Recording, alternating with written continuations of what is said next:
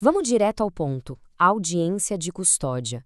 É um momento super decisivo no processo penal e hoje a gente vai entender direitinho o que mudou no artigo 310 do Código de Processo Penal.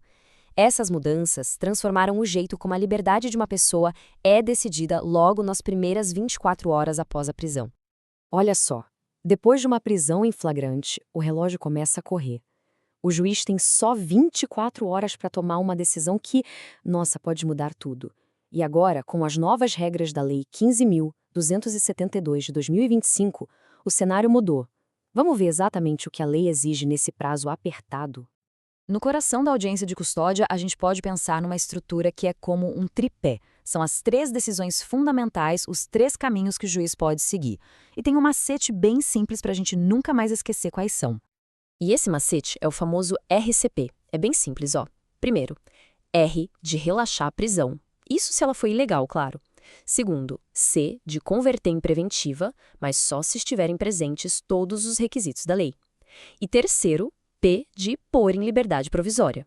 Isso acontece quando a prisão foi legal, mas não tem motivo para manter a pessoa presa preventivamente. RCP não tem erro. E aqui vem um ponto que é crucial, fundamental mesmo. Não existe a opção manter a prisão em flagrante. Pensa assim, o flagrante é uma situação momentânea, uma fotografia. Na audiência, o juiz tem que resolver aquilo. Ou ele diz, essa prisão foi ilegal, relaxa, ou ele a transforma em outra coisa, que é a prisão preventiva. O flagrante por si só acaba ali. Mais atenção, porque a lei já trazia situações em que o juiz não tem escolha, ele deve negar a liberdade provisória. É bom lembrar da regra do ROR, R de reincidente, O de membro de organização criminosa armada ou milícia e o AR final de porte de arma de fogo de uso restrito. Nesses casos, a decisão do juiz é vinculada, não há o que discutir. Bom, agora a gente entra no evento principal da nossa conversa, a reforma. A chegada da Lei 15.272 de 2025, que, olha, adicionou umas camadas bem importantes nesse processo de decisão do juiz. E qual foi a grande sacada dessa lei nova? Foi tentar diminuir a subjetividade. A ideia era criar critérios mais objetivos, sabe, quase um checklist para que a decisão não dependesse tanto da interpretação pessoal de cada juiz, e sim de uma análise mais padronizada e guiada pela lei.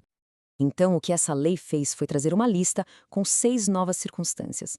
E muita atenção na palavra, elas recomendam a prisão preventiva. São fatores como a reiteração criminosa, o uso de violência, o risco de fuga ou a possibilidade de destruição de provas. São os novos sinais de alerta que o juiz precisa considerar. E esse é o pulo do gato. A lei fala recomendam, ela não fala obrigam ou impõem. O que isso quer dizer na prática? Que mesmo que uma dessas situações esteja presente no caso, o juiz não é obrigado a decretar preventiva. A decisão final, a canetada, ainda é dele, com base numa análise completa. Então, se a gente colocar lado a lado, a diferença fica bem clara. Antes, na regra do ROR, a gente tinha uma negação obrigatória com base na condição da pessoa, como ser reincidente. Agora, com a lei nova, a gente tem uma recomendação com base nos riscos concretos do caso. É uma mudança de foco bem sutil, mas super importante. E a reforma não para por aí. Ela também passou a exigir o que a gente chama de fundamentação qualificada. Isso significa que o juiz não pode mais dar uma decisão genérica. Ele precisa, na sua decisão, amarrar todas as pontas, analisar os critérios antigos, as novas recomendações e conectar tudo isso com a periculosidade concreta daquela pessoa, com base em fatos. Bom, e como acontece com toda lei nova, ela não vem sozinha. Vem a interpretação dos tribunais superiores. São eles que dão a palavra final, que apitam o jogo e dizem como a regra deve ser aplicada na prática. E olha só essa decisão do STJ que foi um divisor de águas, a súmula 676. Basicamente o que ela diz é: o juiz não pode agir sozinho, de ofício. Acabou. Se for para converter um flagrante em prisão preventiva, alguém tem que pedir, ou Ministério Público ou autoridade policial. O juiz não pode ter essa iniciativa. Resumindo, o juiz não pode do nada decidir prender preventivamente. Isso reforça a ideia do nosso sistema, que é o acusatório. O juiz está ali para ser um árbitro imparcial, não uma parte da acusação. Então, ele só se move se for provocado. Ok, mas e aquela história do prazo de 24 horas? E se estourar? Muita gente acha que a prisão vira ilegal na hora. Mas o STF, na ADI 6.300, disse que não é bem assim. O simples fato de o prazo ter passado não significa que a pessoa tem que ser solta automaticamente. O que o juiz tem que fazer é analisar o motivo do atraso. Foi justificável? Não foi?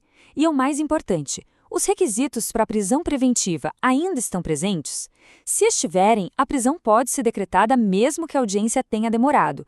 Não é um liberou geral só porque o prazo passou. Certo, vamos amarrar tudo isso agora. Quais são os pontos essenciais que a gente precisa levar dessa conversa toda? Primeiro, o juiz tem sempre aquelas 3 opções, o nosso RCP: relaxar, converter ou liberar. Segundo, a lei nova trouxe 6 situações que recomendam a prisão, mas não obrigam. Terceiro, e isso é fundamental, o juiz nunca pode agir de ofício para prender. E por último, estourar o prazo de 24 horas não anula a prisão automaticamente. E tudo isso deixa a gente com uma reflexão final, né? Com mais regras, mais critérios para seguir. A decisão do juiz sobre prender ou soltar ficou mais justa? Ou será que só ficou mais complexa, mais burocrática? É algo para a gente pensar.